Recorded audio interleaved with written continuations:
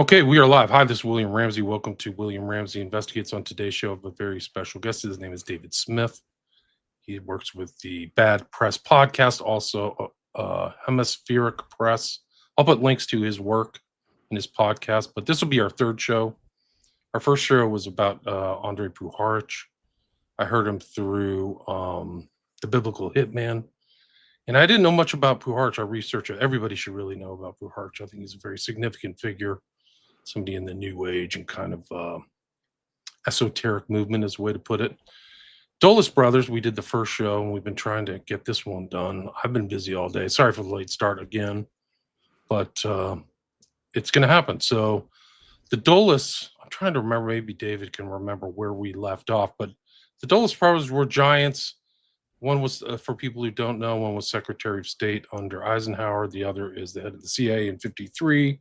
Starts MK Ultra, but they also had, I can't remember, it was either their cousin or somebody's daughter was also involved in one of the administrations who I can't remember. Probably David knows better than that, but they were really up there until, important until Kennedy fired Dulles in 1961. Allen, Allen, but they go way back. Like we did the show, like their involvement all the way back World War One, pre World War II. All the way leading up, but we can pick it up where we left off. So, David, welcome back to the show. Thank you very much for having me. Excited to be here. Glad we're able to. I know I've been busy as well, so glad we're able to sit down. Me too. Do you remember where we left off? Maybe you can pick it up and just take the helm and go from there.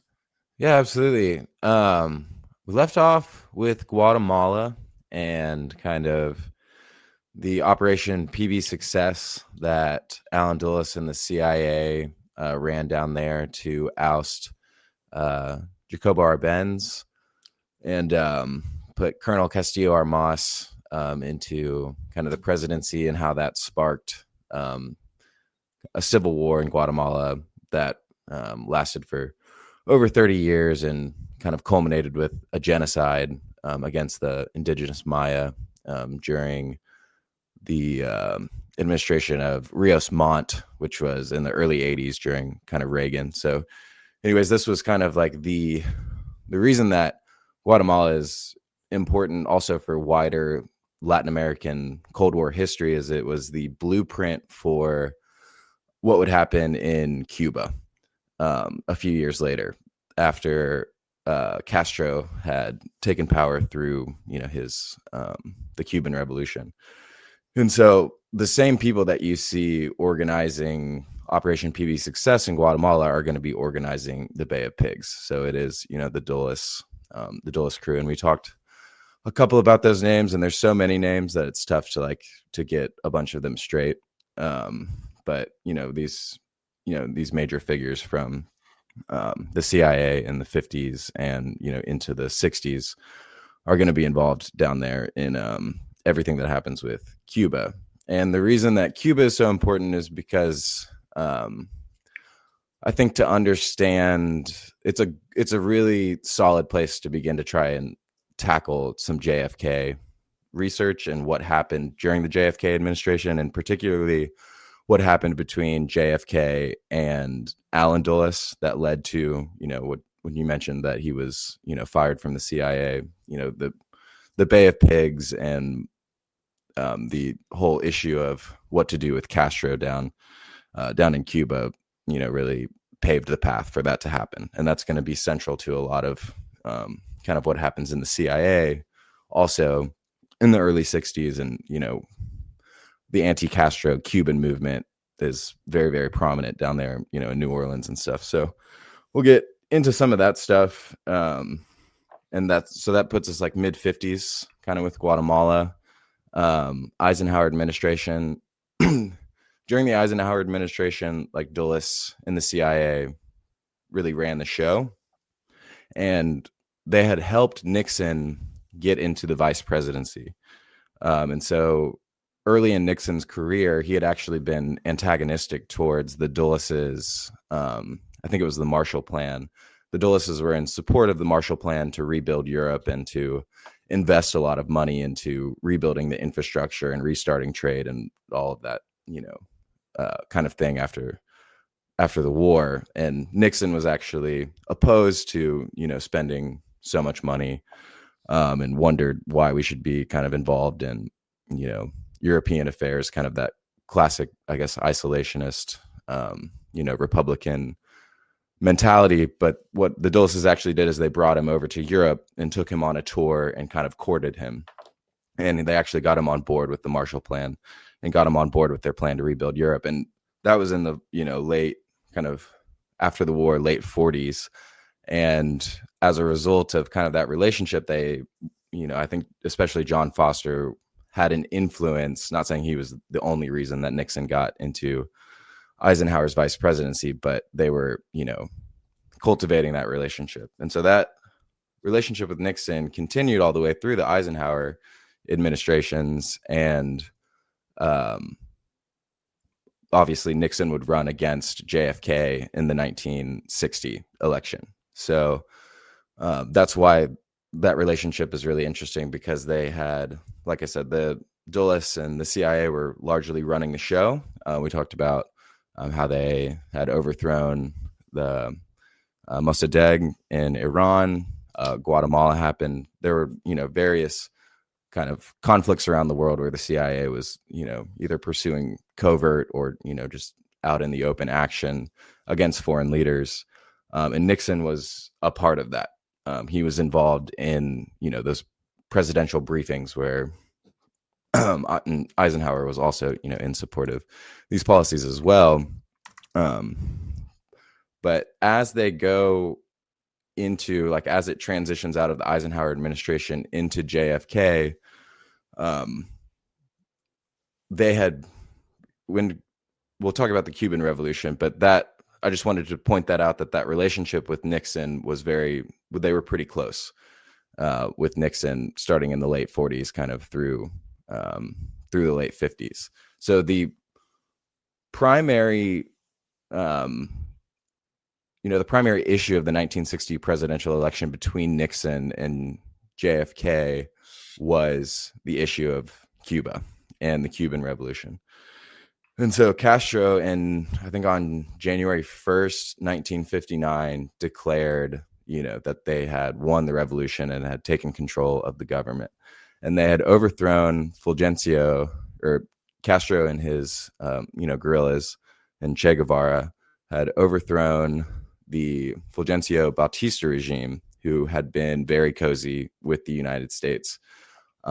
Very cozy with United States corporate interests. We talked about United Fruit Company in Guatemala. There was a similar setup with different corporate interests in Cuba. It supplied the United States sugar, which is, a huge deal to, companies like Pepsi or Coca-Cola, different, corporate giants like that. And then there was also, they had turned under Batista. He had allowed, the mob to operate rather freely and open up casinos, open up brothels. And so there was an organized crime interest as well as a United States corporate interest in Cuba. And so this is, I always think of that Godfather scene in Godfather 2, where like the corporate interests and the mob interests are there before the overthrow. And I think it's a really good, like, symbolic representation of that era, the pre-Castro era. Sorry. Yeah, no, that's perfect. Lansky, like Mo Green, I think is it Green, or who's the guy who plays the Lansky figure? Yeah, I can't remember off the top of my head, but it reminds me of. I was looking into this the other day. It was something called the Havana Conference, and the Havana Conference was a meeting of the different organized crime families in Havana. And what had happened is, I think it was Meyer Lansky, or I forget there was one of the, like, mob bosses, like the head. I mean, he was basically the head of the head of the families, had been arrested on charges. And then the FBI had contacted him as a part of, I think it was like Operation Underworld, to provide intelligence about German activity on the eastern seaboard of the United States. And so they were worried about German sabotage. And yeah, I think, is it Lucky it was one of Luciano, the I think, was involved in the docs. I think he was one of them. yeah, it was an Italian. It was and so that's what I forget. There was two. Johnny Rosselli was around there. Yeah, I And, think it was yeah. Luciano. I think you're right about Luciano. And then Lansky, I think, went down to the Havana conference. But it was interesting because Luciano was allowed to be released from prison for providing intelligence to the FBI, and he was deported, quote unquote. He was given like a hero's send off back to Italy. And then after kind of, running things from Italy for a while, they called a conference down in Havana to basically reorganize organized crime in the United States. And he was kind of declared, I think it would have been Luciano was declared kind of the head of the families. And then you have, obviously the interest of Santo Traficante as kind of like getting Cuba. And so anyways, just Havana was a hotbed and a centralized location of organized crime. And so when you hear the mob tied into JFK assassination conspiracy, or truth finding, whatever you want to call it, the mob is also connected into Cuba. So Cuba comes up everywhere.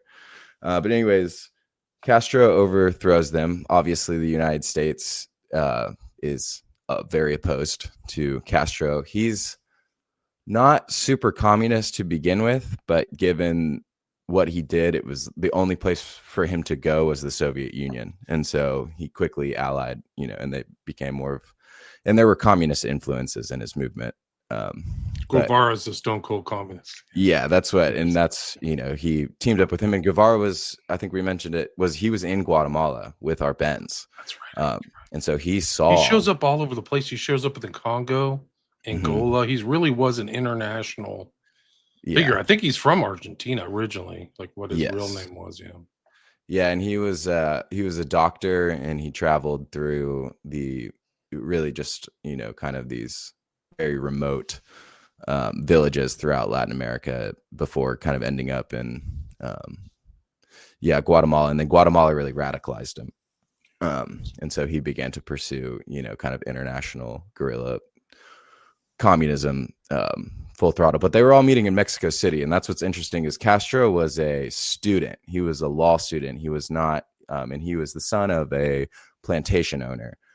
So he was one of these people that kind of came from a bit of a wealthier class. He was trained, or he was schooled at, really nice Jesuit institutions, within Cuba. And he tried to challenge the Batista regime legally, and then obviously they strong armed him out of that. He participated in a coup attempt against Trujillo in the Dominican Republic, and that was defeated. And after he got kind of like blacklisted by, all of these different governments, he kind of ends up in Mexico City, and they plan the Cuban Revolution out of Mexico City. And it's a really small force, but they're able to just,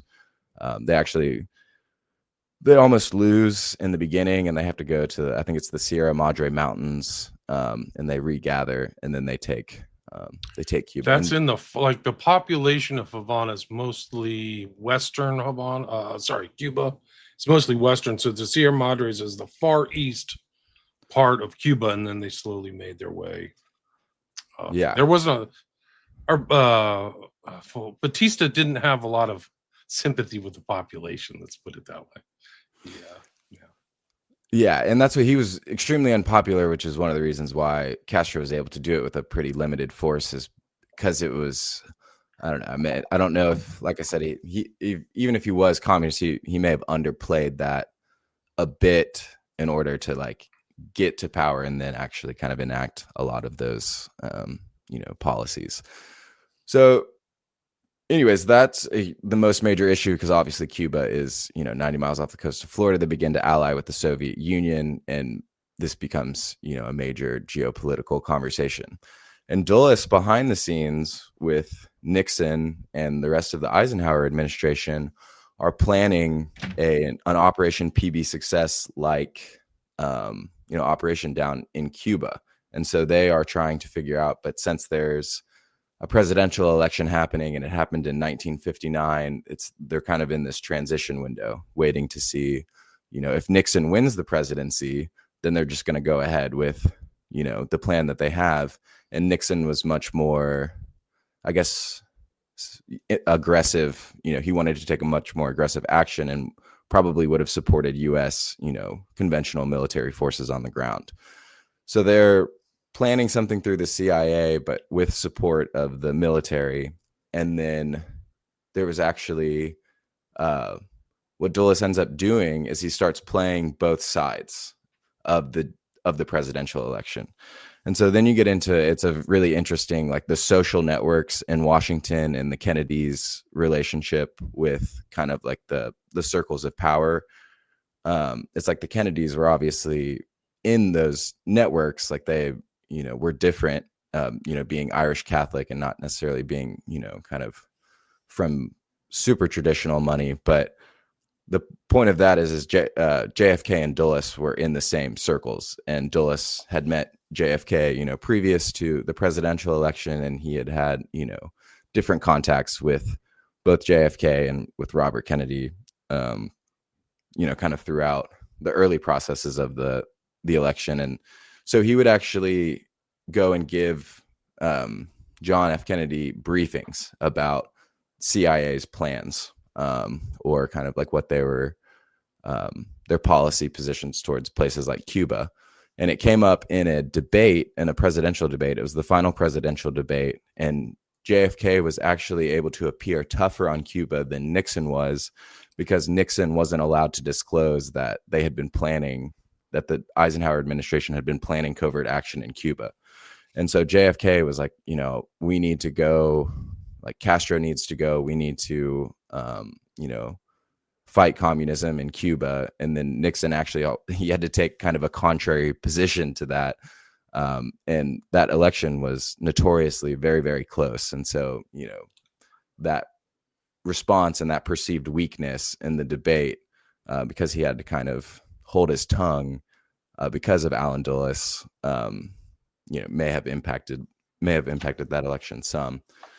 And so I think because of that, you have JFK representing this new frontier and kind of this new politics, but he was still very involved in the politics of, the 50s Cold War. And, he was dealing with Allen Dulles, and he was looking to transition from the old guard into the new guard, but he wasn't ready to just replace everyone at the CIA immediately. And so and I think perhaps some of that is because it was like he recognized the value of what kind of Allen Dulles did. And Richard Nixon was very mad at Allen Dulles for briefing, JFK on, CIA opinions towards Cuba.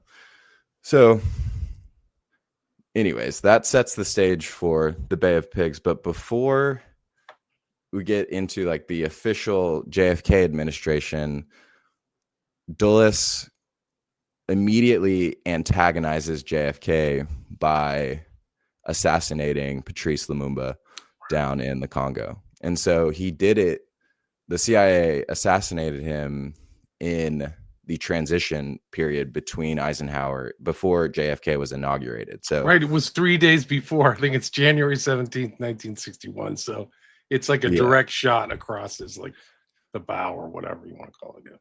And that set the tone, because JFK was a huge fan of Lumumba, and JFK was, known for meeting with, African democratic independence, like leaders. And I think as far as, especially like post-war, throughout many parts of Africa, there were these democratic independence movements springing up, kind of anti-colonial, but pro-democracy, wanting to develop their own countries. And obviously a lot of the United States corporate interests see that as a threat. We had, incredible mining interests in the Congo. We had, incredible economic interests there. So when they talk about natural resources are vast, they're just incalculable. Yeah, it's huge. Yeah. And so when they talk about nationalizing that makes, people like Allen Dulles, who was Sullivan and Cromwell, we talked about that last time, Sullivan and Cromwell was representing all of those companies that were in the Congo. Sorry to interrupt, but in the time between our last show and the present show, I interviewed really one of the great modern historians, Alfred McCoy. And he just published a book called, I don't know if you're aware of this, but it's called Cold War on Five Continents. And it's shows this tapestry of post-war that Dulles brothers are involved in, of so many upheavals. And it was like a World War II kind of sequence. The Cold War itself involved millions and millions of deaths, whether it's Indonesia, the Civil War in Greece, like we mentioned, Cuba, Iran, Vietnam as well. Just upheavals all this time. It's just like incredible destabilization, and this kind of, these decolonial and colonial things were like intermediaries between the Soviet bloc or the communist bloc and the US. So lots going on with the Dulles brothers, yeah. Yeah, and that strikes at the heart of, I think, what the JFK presidency represented, and what JFK, kind of represented as a political figure in terms of foreign policy, is not to like idealize or like, glamorize, but he was really looking to, like I said, support people like Patrice Lumumba, and he was looking to, kind of, he was very anti-communist, and so anytime that there was, what he like perceived to be a communist threat, then he, took a pretty aggressive tact towards it. But if they were democratic national movements, then he was looking, it felt like his foreign policy was much more, kind of hands off towards those interests, and that was the exact opposite of the way that Allen Dulles and Eisenhower and John Foster Dulles had, operated in the 50s. So it was a direct, this was always going to be a major point of conflict, in the JFK administration, because no matter who he had, even if he had fired everyone and tried to hire new people, it's like the interests of the Dulles brothers and the interests of these corporate interests and, elite interests throughout the entire military structure and the government structure. It's like, there's no way to eradicate, all of that. You can't just replace it with new people. And so this is kind of the tension he faced. So Lumumba, it deeply affected JFK. Like, there's a very famous picture of, I think, JFK receiving the phone call that Lumumba had been assassinated, and he just has his head in his hands. And it's, like you said, 3 days before. I'm not even sure that he learned about it actually until a couple months after, because Lumumba had been imprisoned and then he had been transported to a rival territory. And I guess the CIA themselves, like, it wasn't like they, shot him in the street. They handed him over to, his political rivals, and the political rivals were, I think they had CIA code names. So I think been figured out. Yeah. It wasn't known at the time, but they figured out there was like a CIA handler there. Yeah. And that's what, I mean, the way that news traveled, it was still, still possible back in the 60s for him to not know. So I think even February 13th. So that was basically a month after his inauguration. And so that's like I said, just for a month, and to have, kind of something like that happen, it's going to immediately create friction between him and Allen Dulles. And very soon after that is going to be, so later that year is going to be the Bay of Pigs. This marked the beginning of all his troubles. It started right from the beginning for Kennedy, right for JFK. Like, he was right in the thick of it. He was right in the jackal's lair or something like that, right from the beginning. And that's what there was. I mean, there were people within his inner circle. I think it was Arthur Schlesinger, the Harvard historian or journalist, whatever kind of, I think he was a historian. He was close to JFK in terms of kind of like being one of these new frontier new intellectual influences.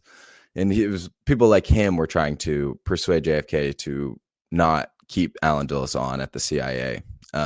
But he, like I said, he was looking to kind of transition, and he was looking to kind of work with the old guard and try and, get them moving in a different direction. And they were just as stubborn as could be. So it's interesting, I don't know if anything completely different happens if, like, he, doesn't hire Allen Dulles on at the head of the CIA. But anyways, they go through. So the Bay of Pigs, we talked about Cuba. Castro is in charge. Now, the covert action that the CIA decided to pursue, like I said, it was, trying to emulate Guatemala.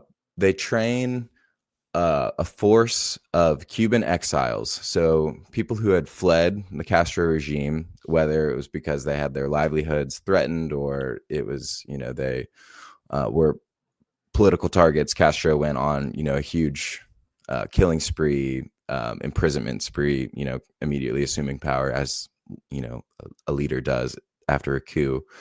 And so all of these people flee to Florida for the most part. That's a very, the Cuban population in Florida is, pretty well known. But they all go there, and down there's the CIA station. It's JM Wave. And you have they're training these Cuban exiles and arming them in order to land at Cuba and retake the government. Now, this plan was purposefully bad by the CIA. That's what I've heard. So you had take that position too. They intentionally bungled it. Okay.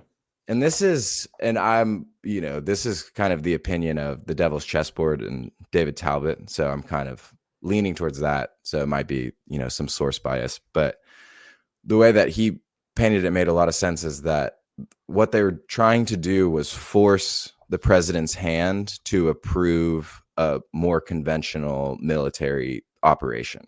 And so they were trying to get these Cuban exiles onto the beach. And then once they were on the beach, they thought that JFK would cave when they said, hey, actually, we need to, pull the warship down there, and we need to back up and provide, support, both air support and, I think some land support as well. And so they set up this plan. I forget how many exiles they have. It's a decent bit. But Castro, it's in the couple thousands, if I remember correctly. I'll have to look that up. Let me see. And yeah, so what they're trying to do is trying to like kind of stir up unrest as they go, and try to get the Cuban people behind them and let the force kind of, perhaps organically grow, and like let that, kind of snowball into, a successful confrontation with Castro's forces. But Castro had he was, I think Guevara was probably the one who was organizing a lot of the military, but they had some serious military, forces on there. It wasn't like, they had a few thousand soldiers. It was, they had tens of thousands and were. So I think according to Wikipedia, it's 1,500 on the American side, and then the Cuban military just like overwhelming force, right? 25,000. Plus another couple 100,000 militias. So like, that's the civil like reserves that they had were, and it was still so fresh from the revolution that the Cuban people were still very willing to listen to an anti-imperialist, anti-US intervention message. Because we didn't talk about like the Spanish-American War and the history between the Spanish-American War and Bautista, but essentially the United States military was very involved in organizing politics down there.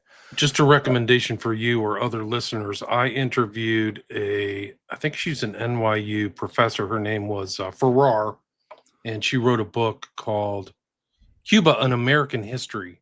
So it's very interesting. So it's like looking at Cuba from, Uncle Sam's kind of point of view, and how important Cuba was as a linchpin for like colonialization. Oh yeah. It's always at the center of a lot of stuff, the conflict, Spanish-American War.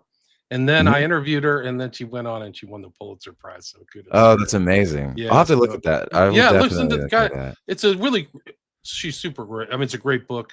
It's readable. It's accessible. It's not like, doesn't have that kind of dry academic feel. And it's just got a lot of really interesting facts. It's really great. Let me see if I can pull up the book title for everybody. Yeah. But yeah, you can listen to the interview on William Ramsey Investigates. Yeah. And that's what, I'll be the first to admit that I'm not. I learned a lot from that book. It's really good. I didn't know a lot of the stuff she was talking about. Yeah. But that's what, Cuba, that was the sugar plantations that Spain, operated down in, Cuba was massively important to the transatlantic trade. I mean, it was especially in the rum trade. They would send the sugar, Spain would send it up to a lot of times like New England, who would make the rum, who would send it over to, over to Great Britain, who would then use, rum as basically a currency to trade. And so, I mean, that the rum trade and, that the Spanish were making enormous amounts of money. And it was obviously some of the most vicious forms of slavery in the hemisphere. Yeah, Cuba was sugar farming is really rough. It's really hard to do, like with Manuel Label. Here's the title: in American history, Cuba and American history, and it's Ada Ferrer. It's like a 4.6 on Amazon, but it went on to win the Pulitzer Prize. So you can look it up in my archives, just Ferrer. People check it out. Yeah, absolutely. Well worth your time if you love history. Yeah, I will definitely be. I'll be listening to that. It's only $2.99 on Kindle, guys. Get your books. Wow. Yeah, that's really cool. Yeah, it's cool. And then we mentioned the Spanish-American War, and that was Teddy Roosevelt and the Rough Riders. They go and they quote unquote liberate Cuba, but that was just opening. It's getting the Spanish finally relinquish Cuba, and then we get the corporate interests, and we get to kind of have it in our sphere of influence. And so tons of history, really, really fascinating. But it gets to, so like I said, the people of Cuba were, they had been under the Spanish until 1898. They had been in the sphere of influence of the United States up until 1959. And so they were still, obviously, I think, in the next few years, Castro would really like show his true colors, and people would see kind of the, some of the atrocities of his regime. But early on, I don't know if, like, I still think, the idea of a popular revolution in favor of the United States sweeping through Cuba was not realistic. And so they land on the beach. They try initially. So they did send planes to bomb the airstrips, and they actually knocked Cuba down to about, I think, like 7 or 8 planes. But they didn't completely wipe out the Air Force. And because of that, the Cubans are able to sink one of the ships that the CIA provided that was providing logistical support. And so they cut off all communication and supplies from the people that landed off the beach pretty immediately. And so as that happens, and they knew exactly, kind of where the United States was going to land. They had set up, forces to meet them.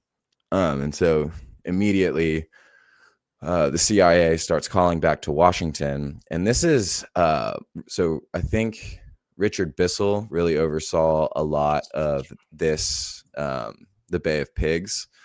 And he was the deputy director to Dulles. But obviously Dulles was very, very involved in the planning of the Bay of Pigs. And Bissell ended up getting fired too with Dulles, if I remember correctly. Yeah. And he, and like I said, there's so many other names that get involved. I should have, just a list of Shackley, the blonde ghost, is over there. There's the head of JM Wave was a really interesting CIA agent whose name escapes me now. I think Phillips was involved, who was also involved in Guatemala. Atlee Phillips. That was the one David that I was Atlee Phillips. To think of, yeah. He was kind of the propaganda guy. He's supposedly a propaganda specialist. These are like the known names, but like, and the biggest CIA outpost at the time was at like right next to, it was Mongoose, I think was the operation they called it. Yeah, and part of the University of Miami or something. Like they had some adjunct to it. That's that station. It's like the JM Wave station, and I think Frank Sturgis is involved. So David Ferry supposedly running arms all the time, and a CIA agent, and then you'll see the Watergate burglars. And also Hunt, E. Howard Hunt. So they're all there. Yeah, they're all there. And that's what Barker is involved in. And they're involved at different stages and in different kind of plots. There's a million CIA plots against Cuba in the early 60s.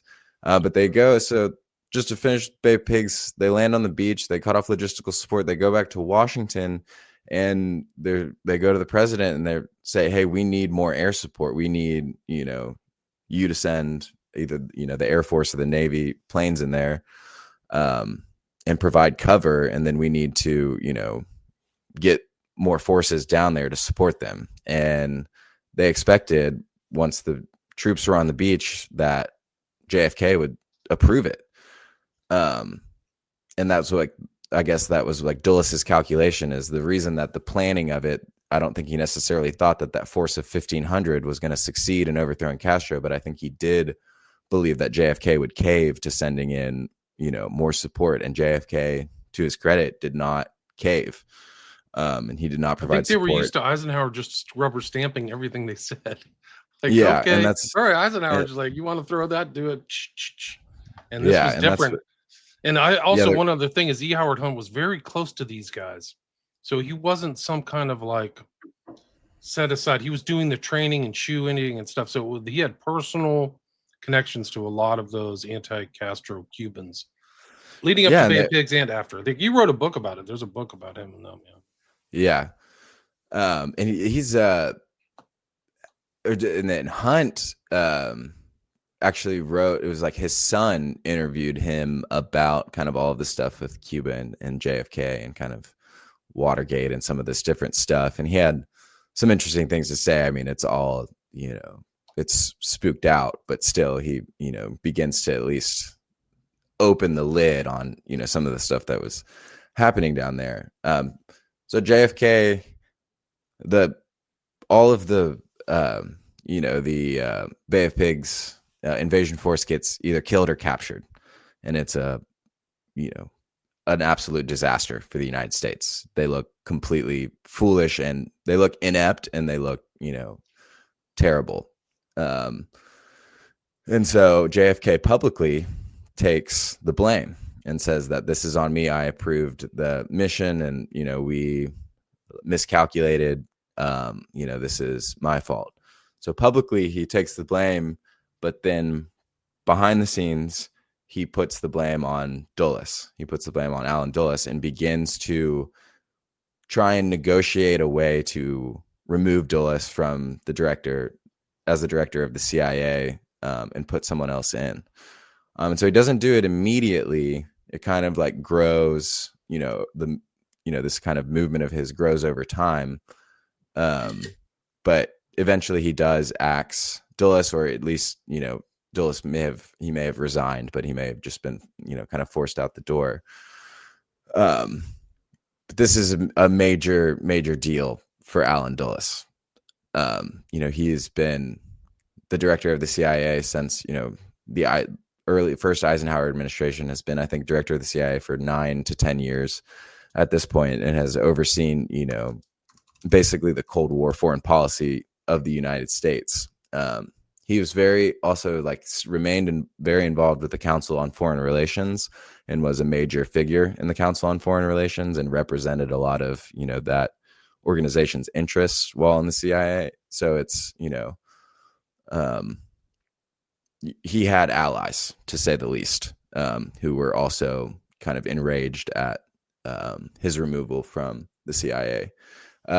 What Operation Mongoose is so even though the Bay of Pigs was a disaster, at this point, JFK was still supportive of removing Castro from power. So he handed operations over to his brother, Robert Kennedy, and Robert Kennedy began kind of running things during Operation Mongoose down in Florida. So he kind of became the point person for that. And so there's a really, not to get too ahead, but there's a famous quote from RFK when, he makes a phone call after his brother has been assassinated, and he's either told or, he just immediately becomes aware that he thinks it's like, quote unquote, one of our guys, because they were involved in training, some of these like Cuban hit squads that were, going after Castro. But what really shifts, so Dulles gets fired,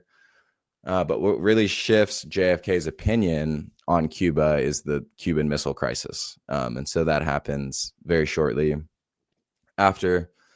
In the Cuban Missile Crisis, obviously, the Soviets send, nuclear missiles to Cuba because they're unhappy about the United States having nuclear missiles in Turkey and Italy that are within range of the Soviet Union. And I think it was like JFK had ordered those nukes to be taken out of Turkey, and the military is like I think the military just ignored him. Like they just kept them there. And so he was actually pretty angry when he learned of the rationale behind the Soviets putting nuclear missiles there, because he thought that he had, taken care of that. So anyways, the Cuban Missile Crisis is a terrifying time. And this whole time he's still supported by this, or he's still surrounded by this, military complex that is urging him to go to war. And so there are people in the United States military and in the CIA that want full scale confrontation with the Soviet Union in Cuba. And they want JFK to basically authorize an invasion of Cuba to handle, the Soviet threat. And again, he resists. There was Lemnitzer was, I think, the guy from the Pentagon that was in, his cabinet. And Lemnitzer was always, I think his name's Lyman Lemnitzer. And he was always trying to push, JFK into these kinds of confrontations with the Soviet Union. And again, he resisted. And again, he set up, the red line of communication with Khrushchev. It appears that the world came extremely close to nuclear war, like within minutes of, the button being, kind of pressed by, Soviet nuclear submarine. There was an incident that happened there. There was a Soviet submarine that got instructions to send out the nukes. And if it wasn't for the Soviet captain questioning stuff, like, really? I'm really going to send that? Yeah, he waited, and it saved humanity. Like, literally, nobody knows this story. I forgot the Soviet Union, the Russian guy's name, but he's like, really? But like, you have to see this in the time of Strangelove and Curtis LeMay and the Northwoods too in 1962, I think. Yeah. Oh yeah, that's cool.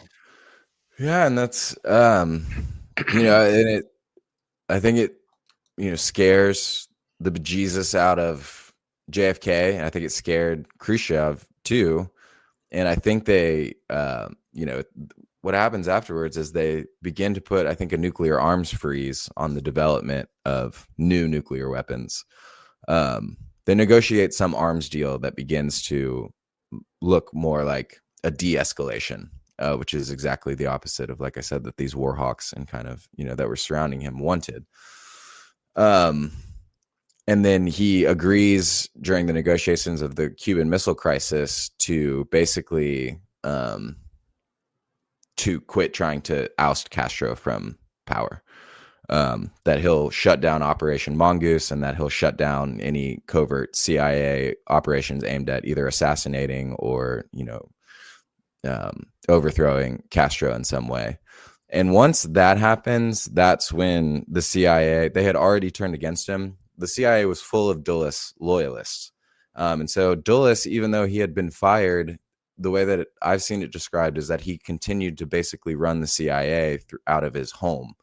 Because he's right there still in DC and Georgetown, constantly people like Angleton going over to his house to have meetings, people like, that were still involved. And I think even the new director of the CIA, McCord, I think his name's James McCord or McCone, I think it is. Yeah. He's a Department of Energy guy. Even he was in the Dulles camp as far as, kind of like CIA policy. So they had already turned against JFK after he had fired Dulles, but after he completely shuts down all the Cuban operations, and they've been working so hard for years, they really turn on him. And it becomes, kind of a vehement, violent opposition to him.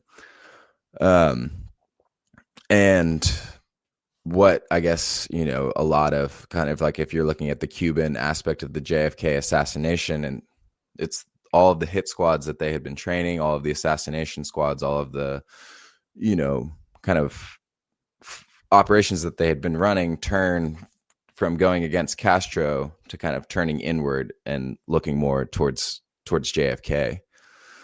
And so, yeah, really that, like I said, I think when you begin to look at, I know you mentioned him earlier, but people like David Ferry, um, he was in New Orleans, kind of in the time where in New Orleans, so you have Florida and you have Miami as a hotbed of this anti-Castro Cuban activity. New Orleans was another place, given its proximity, right there to the Gulf. So New Orleans is another city where all of this, anti-Castro activity is happening. And you mentioned David Ferry kind of running guns and all of this stuff. But it's people like that you see spring up, kind of throughout this JFK research that are connected into Cuba. And I mentioned the Watergate burglars and kind of that whole thing as well. But it's like they show up in all of these places, and they also show up. I mean, David Morales is one of them, and he shows up at the RFK assassination.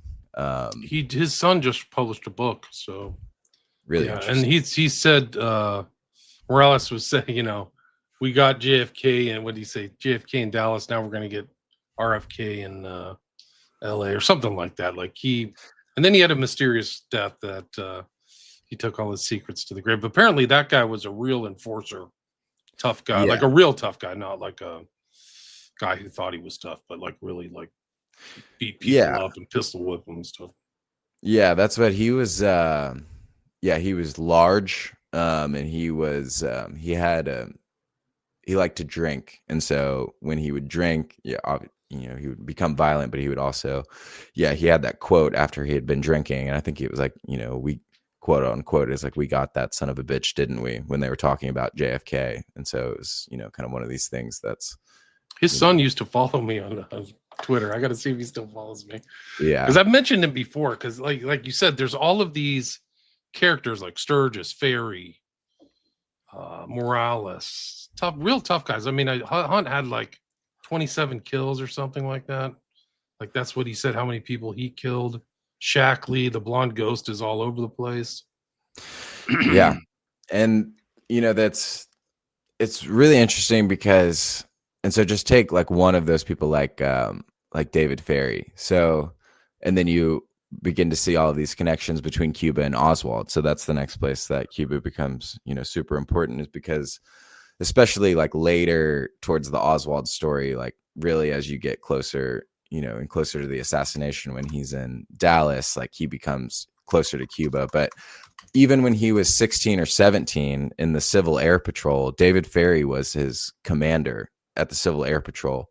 And David Ferry was known for doing things like dosing the Civil Air Patrol with hallucinogenic drugs. Really? I didn't know that. Yeah, I think it's tough to like track some of that down, but David Ferry was an insane character. And I think, some of it, I did watch, JFK, Oliver Stone recently, and that depiction of Ferry, I think has a lot of influence on how we kind of view him. But trying to get, back into who he was just an insane character. Really kind of like a caricature who, like, I think maybe even, I can't remember if we talked about him during Puharich. I've talked about him, through some of this other stuff, but he was one of the, a wandering bishop in those Eastern Orthodox Catholic. Yeah, it's like a fake. It's a fake like church. It's not authorized by Catholicism or Orthodoxy, but it sounds like, so if you get defrocked by them, you can still keep your tithe. It's an important thing for Catholics, like, is to and it was an intelligence, it was an intelligence network, and it was talking about it in reference to Lavenda, because Lavenda got caught up in some of the same network when he was up in New York. And so I think Lavenda said he was wearing his fake frocks when he went to the RFK memorial in '68 or something like that. Yeah, which is, I mean, I won't say that, but it is interesting that a lot of these other guys who are in these traveling monk orders are in intelligence. I'll just leave it at that. Yeah. And so Ferry was also into hypnotism. Like he would hypnotize the boy. I mean, he was like a polymath involved in cancer research. Yeah. Really a brilliant guy. But he liked 17-year-old boys or whatever, 16-year-old boys. That was his thing. and that's what so it was like, as the leader of the Civil Air Patrol, hypnotism in that era, maybe, it goes kind of hand in hand, especially when you're working in intelligence and stuff like that. It goes hand in hand with narcotics and what they're the narco hypnosis techniques that MK Ultra and stuff like that was Which is in the developing. background of all the stuff. Dulles is the guy who's rubber stamped or stamped Yes. every to start. Yeah, and that's he was supposedly, the rumor is, I haven't found this out if anybody confirmed this, but the person who allegedly trained Ferry was William Joseph Bryan, who I just keep talking about here and there. So he was another traveling monk. He also had that thing. And then if you read, go ahead. Sorry, I was going to ask, was he like the one who was like almost 400 pounds? Yeah, massive. Yeah. Okay. Easily over 300 pounds. Medical doctor, lawyer, friends with Melvin Belli, who was the attorney for Ruby, who's also involved in drug running, gun running to all over the place, actually. I think Israel and Cuba. And he was served as a consultant to, it was Project Artichoke and the Puharich that we talked about, and it was Morse Allen so you had Sidney Gottlieb running it was the technical service staff, and they were running MK Ultra, and then parallel to them, it was the Office of Security, and Morse Allen were running Project Artichoke, and there was a lot of overlap, but that was what, Artichoke was a joint CIA Army project, while the MK Ultra was, they may have worked some with the Army, but it's very important to understand that, because a lot of stuff happened before the CIA get involved. People have the CIA tunnel vision. And Morse Allen was Office of Naval Intelligence. He was a long time, not just for World War II. He was Office of Naval Intelligence back into the 30s, maybe even the 20s. And so that was, everyone talks about the OSS, but you have to look at some of those Army intelligence and naval intelligence, because they were the first ones that conducted the hallucinogenic experiments. I think it was through Chatter, maybe, but it was like 47 is already when they were doing some of that stuff. And so, yeah, it was, I would say in American post-war history, the military has done a great job of pushing all conspiratorial blame onto the CIA and washing its hands all the time. Yeah, they do it all the time. They're heavily involved in the JFK assassination. LeMay, Lansdale, Lemnitzer. There's so many people around. The other guy who was like dudes in the bathroom who Oswald supposedly shot at him. What was that guy's name? Do you remember? Oh my God. Yeah. Can't remember. And then he got busted for being a bathroom marauder with dudes, but he's fully right wing. I forgot his name. Anyway, these guys are all over the JFK assassination. LeMay is supposedly in the autopsy room smoking a cigar, just really gloating over it. He's depicted in Stone's JFK movie too. Okay.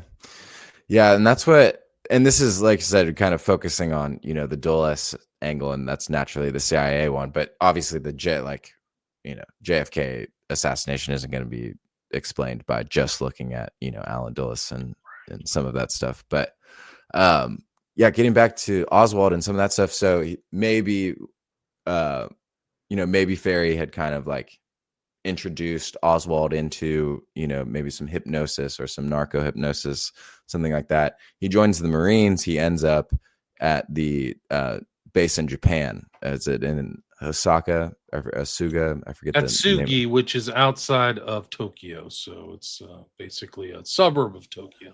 And this is where the U-2 spy plane program was really being run out of, one of the most secretive operations in the United States military at the time, also a site of MK Ultra type research. And so I just mentioned that touch point with Ferry because Ferry shows back up and, at the, basically at the assassination, or at least, right up to the assassination in New Orleans. And he's, all the way 8 years before, he's the Civil Air Patrol leader for Oswald. Into narcotics, into hypnosis. There's a famous picture of them together. I'll see if I can find it. Yeah. Oswald then goes to a military base that was known for narco experimentation on U.S. forces. And he begins acting very strangely. He begins expressing an extreme, allegedly, uninterest in communism. And the theories of communism, and really kind of getting into conflicts with his fellow soldiers because of his, sympathy towards communism in the Soviet Union. There's that picture. Is that at the Civil Air Patrol? Yeah. Look at where Ferry is standing behind that dude, man. That is And he had pretty questionable, I would say.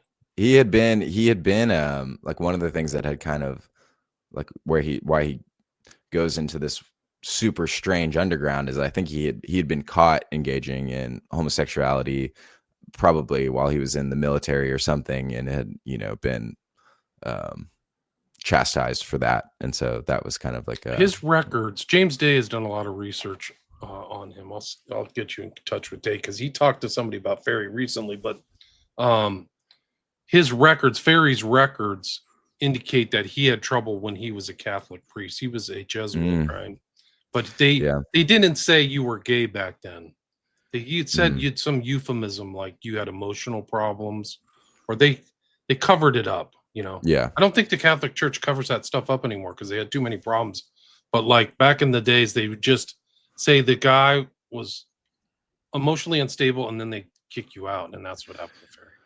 Yeah, and that's what, and in the Oliver Stone's JFK, he mentions that several times where he just wanted to be a Catholic priest, but his homosexuality is depicted in that, along with whoever was Clay Shaw that was there. But yeah, I mean, it's just super, like with Oswald being caught up at like being in all of these strange places, and then he defects. So he, I think he either shoots himself intentionally or accidentally shoots himself in the hand or something, and he has strange access to money while he's the next Sugi.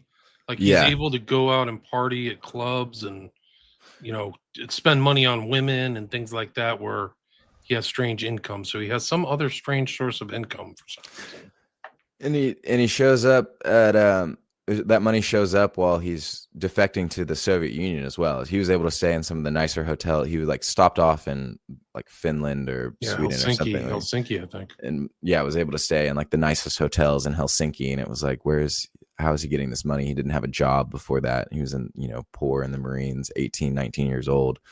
Renounces his citizenship in a seemingly kind of scripted, staged fashion at the embassy, and then is allowed to freely kind of enter the Soviet Union without seemingly much like resistance from the KGB. Like, he offered to give the Soviet Union secrets about the U-2 spy program. And it's interesting because I think they shot the U-2 spy plane while he was there. I think like that incident in which the Soviet Union actually got, was able to like discover what was happening, I think may have happened while he was there, but it's really murky, his time over in the Soviet Union. I don't think it's difficult to kind of parse out exactly what was going on, but he was like maybe perhaps connected into, both of the intelligence communities in the United States and in the Soviet Union in some way.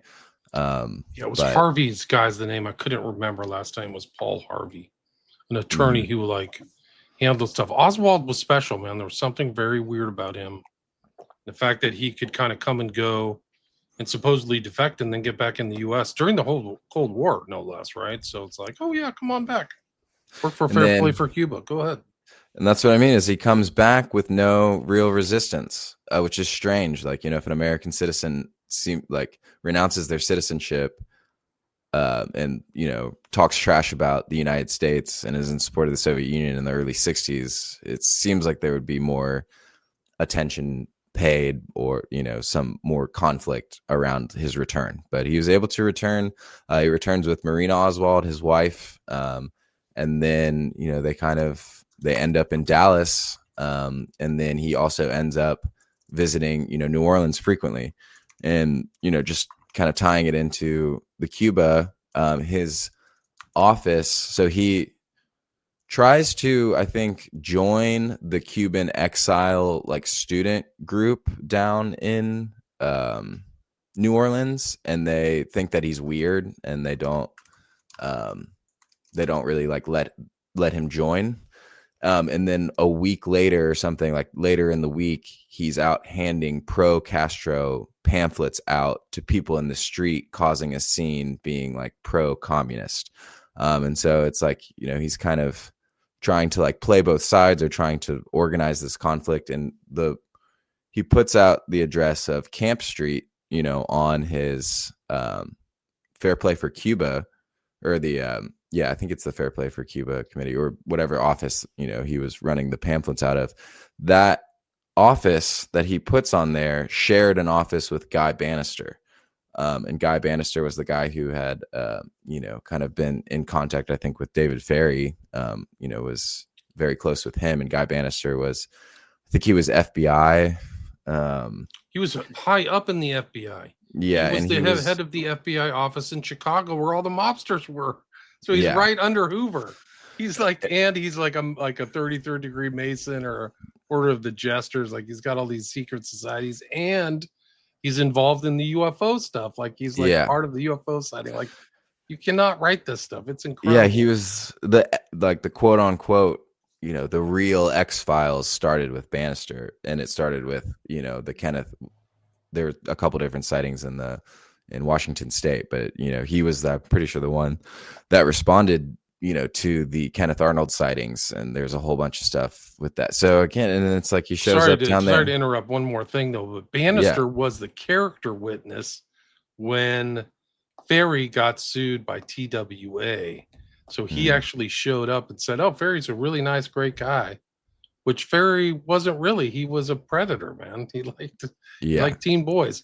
And he ended, I mean, you want to talk about the gall or chutzpah or whatever, but like Ferry, then he got brought up on like an internal investigation. We have all the records. They're all available with Bannister involved. And then Ferry countersues and wins, and TWA pays him out, even though he was up to no good.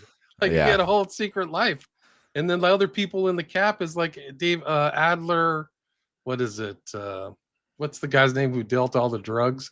Like, these people are all in the same thing, like the same orbit. Barry Seal, sorry, Barry Adler Seal. All said by Hopsicker, both CIA agents, by the way. Yeah, Barry Seal and Ferry. The day of the JFK assassination, Ferry was in court with Trafficante or whatever, one of these guys. So like, he's friends with Bannister, Trafficante. Garrison talks about seeing him on the street, and Ferry's like harassing him. And then there's a communication between Ferry and like Garrison's guys where he's kind of mocking them because he knows what's going on, but they have no idea. And he didn't end up dead until the real Garrison investigation kind of got started. So that's what I think probably led to his unfortunate demise.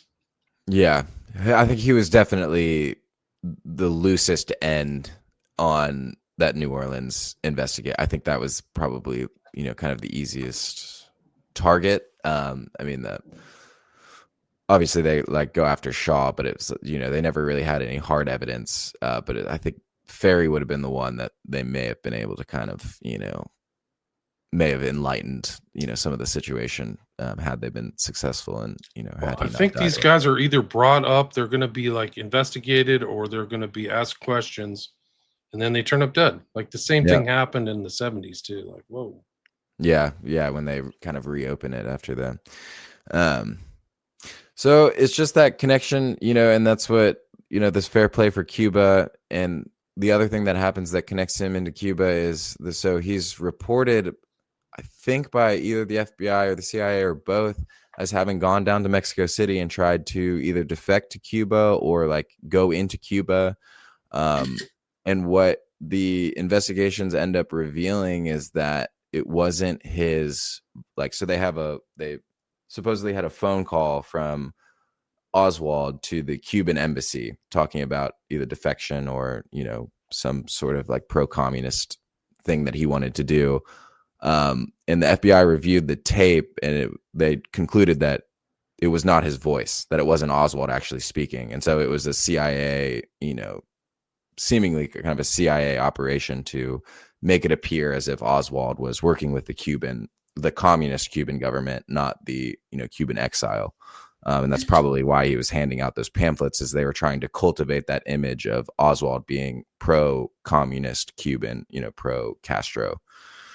And if I remember, one of the key elements of the Garrison trial was Oswald hanging out at like a medical facility with Shaw and Ferry in the car. Like, I think that's what that guy who's depicted by Kevin Bacon was like. Saw, I forgot what his name. He had like Gallo or something like that. But that was like the key thing, that like, okay, so Oswald really isn't some kind of independent communist guy. He's hanging out with a guy we're investigating for the murder. Shaw, by the way, is alleged to be a Knight of Malta, like Dulles. Interesting. Which is really incredible. I couldn't confirm Shaw was a Knight of Malta, but I know that in the war he got a lot of very high-end honors by the French government, because he worked under the guy who was the military guy, another military tie, by the way, the military guy who oversaw Operation Overlord, which was the invasion of France in June 44. And it really established his bona fides. Like, he made his bones in the military. He really was a military guy. Yeah, and that's what it's interesting that you mentioned, the French, kind of the French government, and that's one of the things that I've been trying to look into a little bit more. Is it's H.P. Albarelli's coup in Dallas, and he opens with I think his name was Pierre Lafitte, and he talks about the stay behind networks that were organized in countries like France and Italy, and the kind of assassination squads that they had been training there all the way back to like the resistance to the Nazis. But even after that, talking about it kind of is a very like Scorsese is involved in like a lot of these kind of trainings, and so even though it's may have started as kind of like in the resistance during World War II, like in the resistance to the Vichy government, after World War II, it really takes kind of a turn, like vehemently anti-communist and, pretty much fascist. Through real fascism, like real honest to God fascism, the circuit, Yeah. things like that, which interestingly popped up in the Kirk thing. There was somebody said something about, and these are like high-end financing for a lot of stuff. The Cirque to Permindex and all this stuff like that. Like, it's the murky, it's really a fascist. I mean, I'm not using that term in like the left's use of the term, where like they use it in the sense that if you see a group of guys with guns and leather shoes marching together, that's their idea of fascism. But it's not what I would say. It's like an ideological view, or like a imaginative view. The real textbook for you of fascism is a fusing of the government and the corporations together. That's really what it is. And that was a lot of that was happening in Spain. And so I think it was like in the Albarelli book, he was mentioning like L'Oreal, that, I think it was the makeup manufacturer. And it's just like, this massive name, but they were hiring, some of these just absolute, they were just thugs, they were trained professional assassins. And this was the network that was trying to, I think, assassinate de Gaulle. And so de Gaulle, when it's like some of those people start to show up around the JFK assassination, I think de Gaulle realized that it was perhaps some of the same network, this international, it was an international Cold War network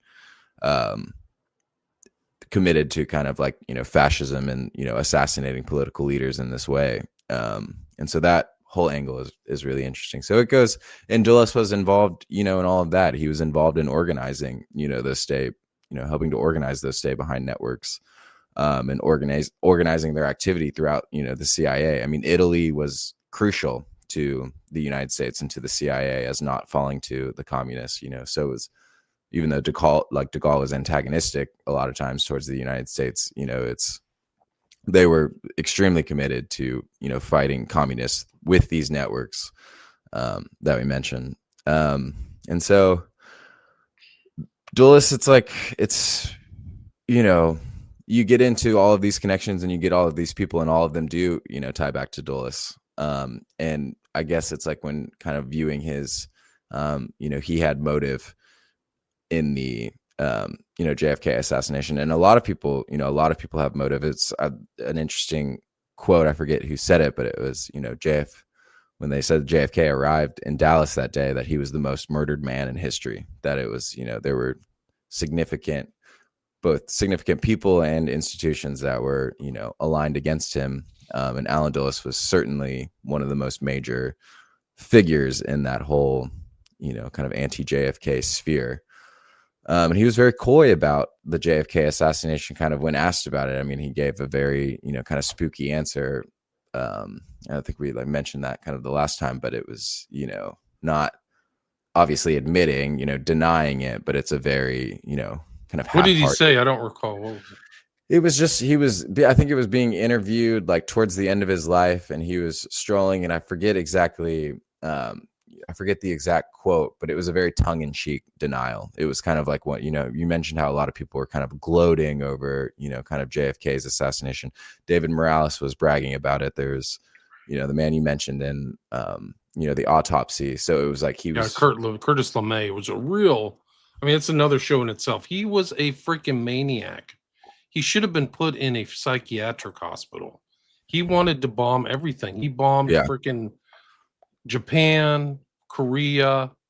I mean, it's like almost like he was part of like his strange love, and bragged about it. There's a Sanders book, Ed Sanders. I forgot the name of it, but like he moved to LA and he's like, yeah, we're going to get RFK next. Like he would say that to people before RFK. It's not funny. People get angry at me laughing about this stuff, but it's like, this is the real history. It's just so absurd that I definitely understand that reaction, because there have been times where it's like you said, where it's like, you'll just learn David Ferry. It's like, you just learn some facts about it. It's like the Epstein stuff. I'm sorry. I don't. Yeah. I wrote, if you don't laugh, you cry. It's so bad. Like the government should have already arrested all these people around Epstein. All right. It's totally unjust. So. Yeah, that's what I mean. We've been talking about that over on our podcast, on Bad Press, and we did a whole series on that. And it's it's just baffling, and it's, in its extent, where you're just, I was just talking about the sheer scope of connections. It was like, even before this file release, it was like I would just look up like Epstein connections to the scientific community post 2008 arrest, and it's just, I mean, the list goes on and on and on and on and on and on and on. Like, it's just staggering. And that's just one component of it. That's not even considering the financial sector. That's not considering, any of these other interests that he was involved with. So yeah, I mean, it's just, he was similar in nature. Influence agent. There's no question about it. And not a good one. And really involved in political places. Like he was, if you read his interior emails and stuff, he's involved in other countries and other foreign leaders and wanting certain people deposed, and like the opportunities in Ukraine. So all these parasites, all these jackals, looked at this whole death and everything in Ukraine as a revenue stream. It's crazy. Like, wow. Like, that's not funny. Like, don't get angry at me that they did it. Gosh. Like, I mean, I don't care. I bet people get angry at me about everything, but it just shows like these guys, Dulles is around. I mean, one of the Dulles things about Allen Dulles in the giveaway is he is instrumental in the cover-up. Absolutely. That's like the real tell about Dulles. And also, you mentioned the Talbot book, and I remember the Devil's Chessboard does have something in there by Talbot where he showed that Dulles was at the JFK compound. No, excuse me, at the CIA. They called it the farm. It was kind of an adjunct of the CIA, and he was there. Yeah, he's during the JFK assassination. Excuse me. Yeah, and on November 22nd, 1963. Yeah, he was like he was pretty notorious for like traveling on the day of a huge CIA action. He would usually always be out of Washington, and then he would return after the event had actually. So he did this with Bay of Pigs. He was in Puerto Rico during Bay of Pigs, and then he gets back, and basically it's over. And he spends time. But then you're exactly right. I think he may have been like out of town, during the actual assassination, but then went for like 72 hours and was at the farm. And then obviously, everyone knows that he was on the Warren Commission. And he was really the one that steered the Warren Commission. So, I mean, it was named for, was his name? Earl Warren, Justice Earl Warren. But Earl Warren and Dulles was by this point had been aging too. He was definitely up there. He would have been in his, kind of late 60s. But Warren seemed not necessarily super thrilled to have the task of investigating the JFK assassination, whereas Dulles was very energetic. And he was the one making a lot of the behind the scenes move of, coordinating media coverage, coordinating congressional allies, and, kind of putting forward the narrative, obviously questioning witnesses, leading witnesses wherever he wanted, and excluding any mention of the CIA in the Warren report, excluding any mention that Lee Harvey Oswald had connections to, different intelligence organizations, or that they had been tracking him and, had been engaging with him. So you're right. I mean, he was the architect of the cover up, the primary architect. And there were a lot of loose ends, and that was like, and it was, this is the thing, is that Dulles, for the most part, is ruthlessly effective in whatever he's doing. And so his nickname is the Shark. Yeah. And so while he is just like this, embodiment of evil, with that, there was, there were, if you were looking at like mistakes from his perspective, it was like he didn't leave a lot of room for mistakes. And the Warren report was, a blueprint for a government cover up. I mean, they did it when, Nixon couldn't, a few years later, he couldn't, and the rest of the CIA, they couldn't cover up, everything that happened at Watergate, that explodes in their face. But, for the time being, at the time, the Warren report, puts forward that narrative, and then as the it's used as the foundation, to undermine the rest of the investigations that come up kind of throughout history. Yeah, it's really incredible. There is an interesting tie between Dulles and kind of our current thing with Epstein, and it's a journalist by the name of Gordon Thomas. Have you ever heard his name? Yeah, I've heard that name. Yes. He wrote a book. It's titled, I recommend to you and the listeners to check this book out. You can find it on archive.org. It's called Journey into Madness, The True Story of Secret CIA Mind Control and Medical Abuse. And the interesting thing about him is that Gordon Thomas knew Dulles and was hanging out in D.C. I think he was either the foreign correspondent for some UK group. And it's really remarkable. It shows his friendship with Ewan Cameron and all these guys in Helms, and they would have secret meetings, but also this kind of private diplomacy. They were part of the Georgetown set. Yep. And so was JFK. And a lot of these people were like, and a lot of those people died. Like, I forgot the woman's reporter name. She died mysteriously. The one that Mark Shaw writes about. Anyway, Gordon Thomas is right there and really having discussions, and they're talking about the Manchurian candidates and things like that in the mid 50s. And then Gordon Thomas kind of ties into the modern thing because he wrote about Robert Maxwell, whose original name was Abraham Laszlo. He changed it. Yeah. He anglicized his name. Really one of the great super spies. And I think his book is called Robert Maxwell, Israel's Super Spy. Yeah. And it talks about his death. Like I think it's about the murder. So they allege his murder. And this is kind of not known. It was known that he was on a yacht in the Canary Lady Island. Blaine. Correct. Very good. And he supposedly slipped off. But in the Epstein files that just were released on Friday, the 30th of January, there's something from somebody. It's redacted. The public has to know this, who wrote this, because it says he was passed away. So it doesn't say he passed away in reference to Robert Maxwell. So it seems to be an inside news and a corroboration through Epstein and some of his contacts that they aced Maxwell. And then his daughter's with him. Daughter's with Jeff. And then I think Jeff, people are putting this out on the internet that Jeff got away and he's in Israel. I think they wasted him just like they wasted Maxwell. That's my opinion. So that's what, the Maxwell. So, I mean, the one that seems to make the most sense to me is that the Mossad put a hit on him, because what happened with Maxwell is it was there was a prosecution that happened in the United States that had to do with Iran Contra, and it had to do with the Mossad agent selling cargo planes, I believe, to Iran. And he was being tried in the United States by the Justice Department for sale of, foreign weapons or, foreign materials. Is it Ari Ben Manash?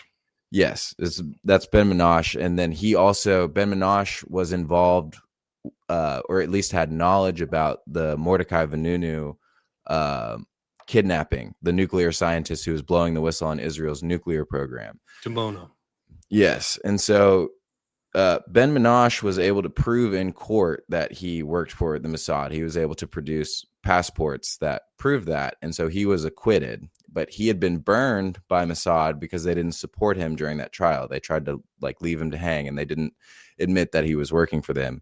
And then when it came out that he did definitely work for them, they said, oh, well, he was a low-level agent. He didn't do anything for us, blah, blah, blah, blah. Classic story. Well, he went over to Great Britain after he was acquitted, and he started leaking all of these stories about Mossad's activities in the 80s to the British press. And Seymour Hersh, no one would publish it because obviously Maxwell, these allegations involved Robert Maxwell, because Robert Maxwell helped organize the Vanunu kidnapping in Rome. And so he had set up a honeypot because Maxwell was a British intelligence agent, and he was also a Mossad intelligence agent, and he was probably a KGB agent, and he worked closely with the CIA. So a super spy in every sense of the word, but probably most active with the Mossad, especially in the 80s. And so the Mossad approached him. They had him organize the Vanunu. And then when he was taken back to Israel, Vanunu was put in prison for 18 years.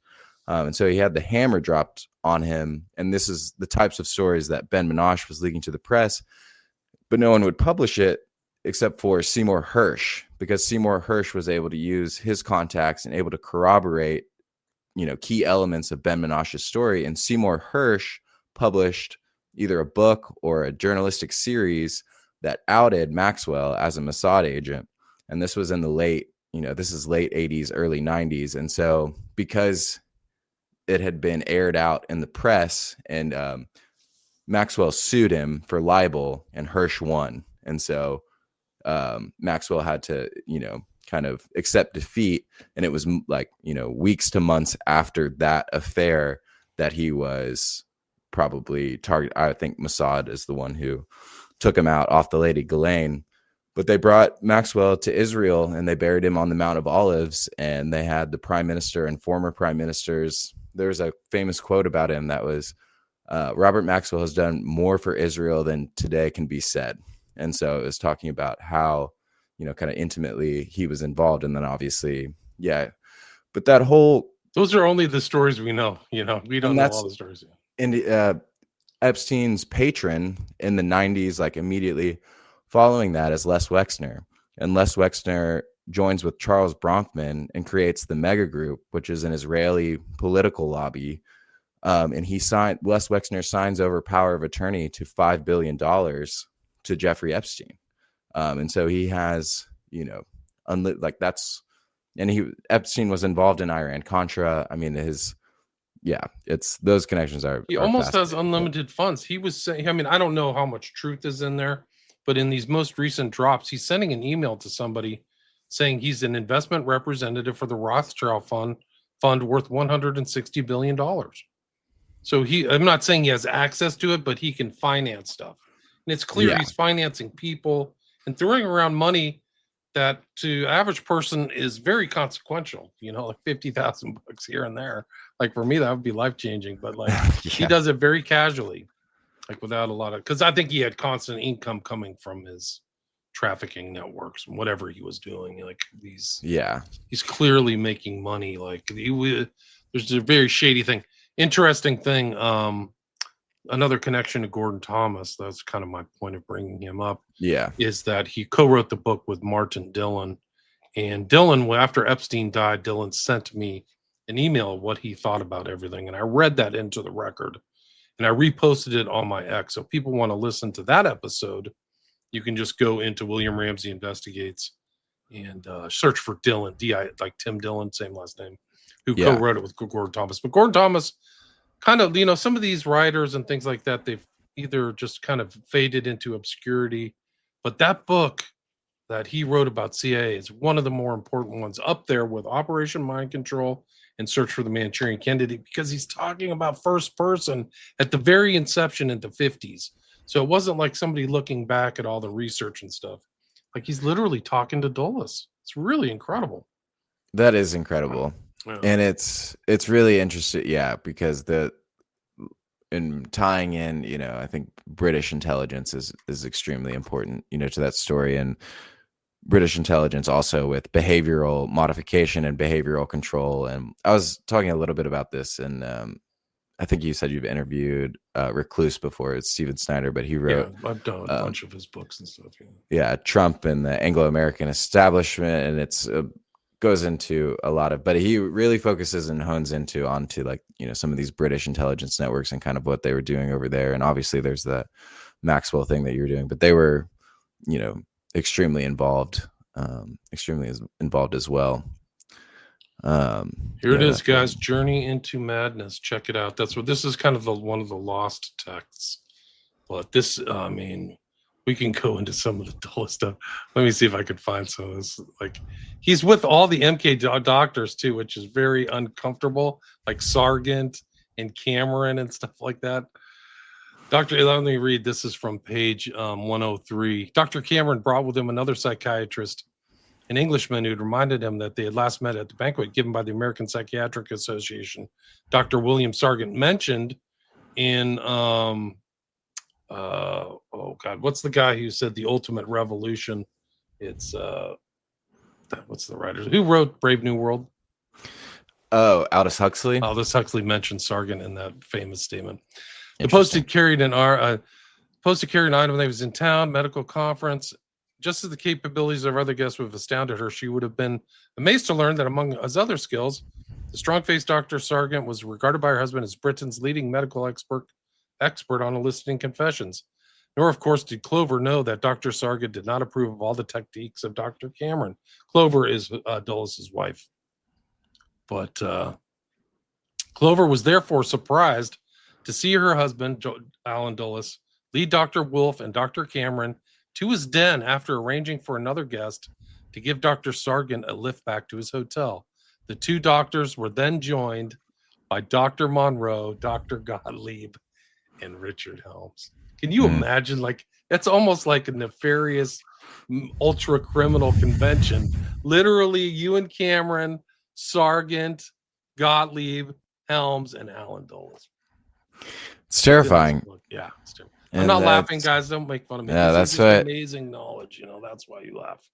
And it's, and I think I mentioned it last time, but to reiterate the relationship between Dulles and Cameron and some of these other like MK Ultra doctors is he sent his own son to receive electroshock therapy and insulin shock therapy after his son was sustained a head injury during the Korean War.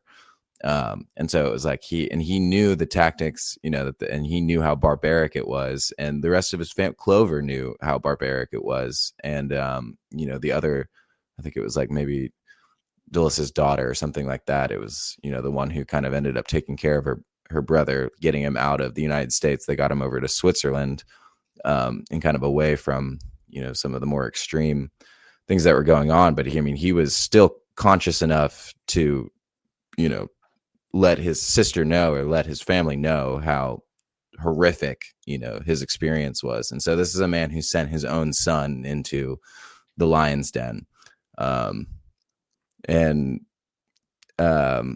like, that entire network, he oversaw. Yeah, he sure did. He established it and was networked well in a personal level. That's interesting. There's other stories of him, like Gordon Thomas talks about Dulles and his like proclivities with the Georgetown set and Epstein type levels of girl trafficking. Like, they're just, it's not good. It's not good. Do you have time to take a couple comments? Yes, please. I got all the time we need. Gonderstein. William, you do great work. I appreciate you a lot about one of your books. Thanks. Thank you very much. My books are available on William Ramsey Investigates. Frank says, mob protected the waterfronts during the war. Lucky had an extensive map of the war on his cell wall. Yes. Says it's horrible in Cuba right now. Cuba was the first Las Vegas for the mob. Yeah, I think you're right. Everything there, like money laundering, stuff like that. Hey, South Tower West. Welcome, Tara. Some of these people show up on all my streams, so I'm just saying hi to them. Yeah, that's awesome. Maybe that's why Alan Dulles wanted revenge. I think so. He had a lot of reasons to do that. Israel whacked JFK.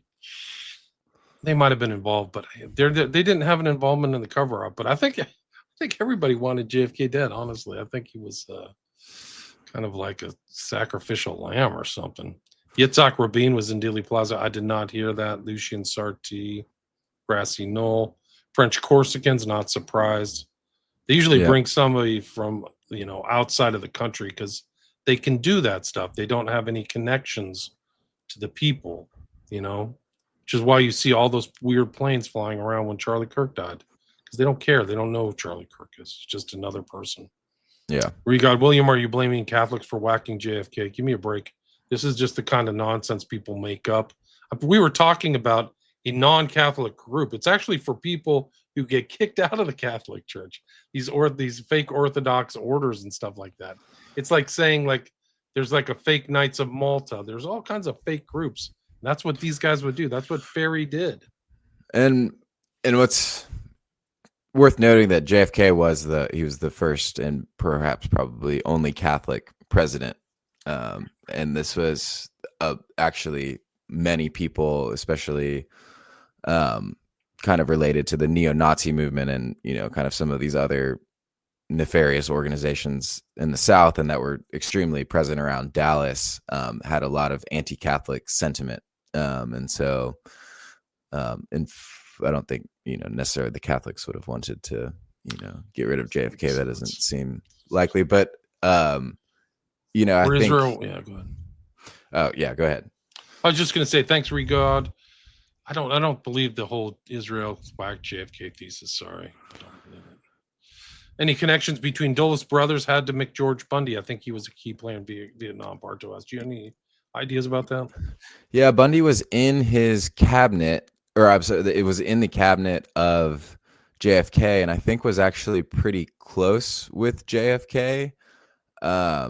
But after, so I mean, it seems like I think Bundy was kind of an ally, but then once JFK was assassinated, very few people from his administration ever spoke up or, even like actively wanted kind of an investigation.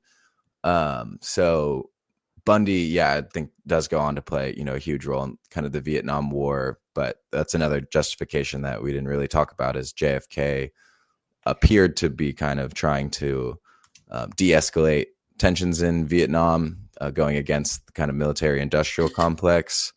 But also there's stuff that came out in the Pentagon Papers where he kind of scaled up activity in Vietnam. So it's a complicated situation, but he is definitely he's in a lot of these rooms, with JFK and Dulles and, allies of both of them. So I think McBundy is Skull and Bones too, if I remember. Dorothy Kilgallen, that's right, Bartow. That's the one who was around Ruby, and then she ended up dead. They eat their own. There's some really dark stuff inside. It's interesting too, because I just read one last night of these guys and Jimmy Savile in New Orleans.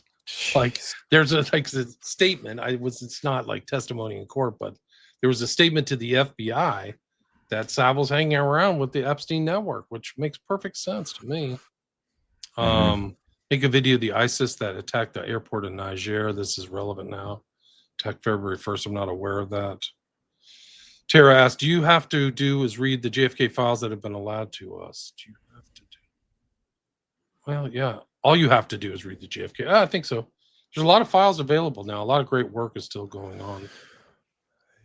Yeah, I think the public record, I mean, what public investigation is done by, a lot of independent journalists is incredibly valuable. I think we have maybe not the final picture, but I think we have an okay, but it's a lot. So it takes a really long time to engage with and understand. And I'm very far away from, doing anything like that, but it's fascinating.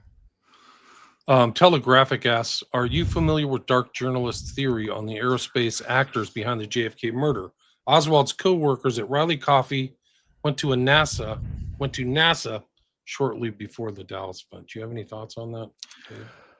I mean, I've definitely seen, I'm not familiar exactly with dark journalist theory. I've seen, kind of some talk about it, and how the UFO thing kind of plays in. I think the U-2, kind of somehow the U-2 spy planes kind of plays into that story. It's strange that Guy Bannister, we mentioned him as kind of being connected to the UFO question, how he shows up, super prominently in there. And then obviously when you're talking about kind of like the UFO conversation, a lot of what you're talking about is like the military industrial complex, and the military industrial complex is massive in Dallas. And so it would not surprise me kind of at all, if some of those, like, some of that is true. I don't know, it's difficult to say of, why JFK, for what specific reason was he murdered. But I would not be surprised at all if, that those narratives exist.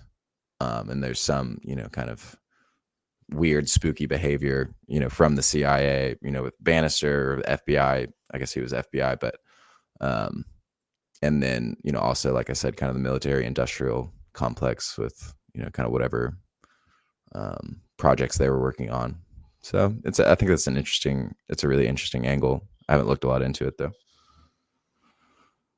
I think it was personal. I think he was fighting against their agenda and all their, people, and people died at the Bay of Pigs, and he didn't seem to, I think he was naive.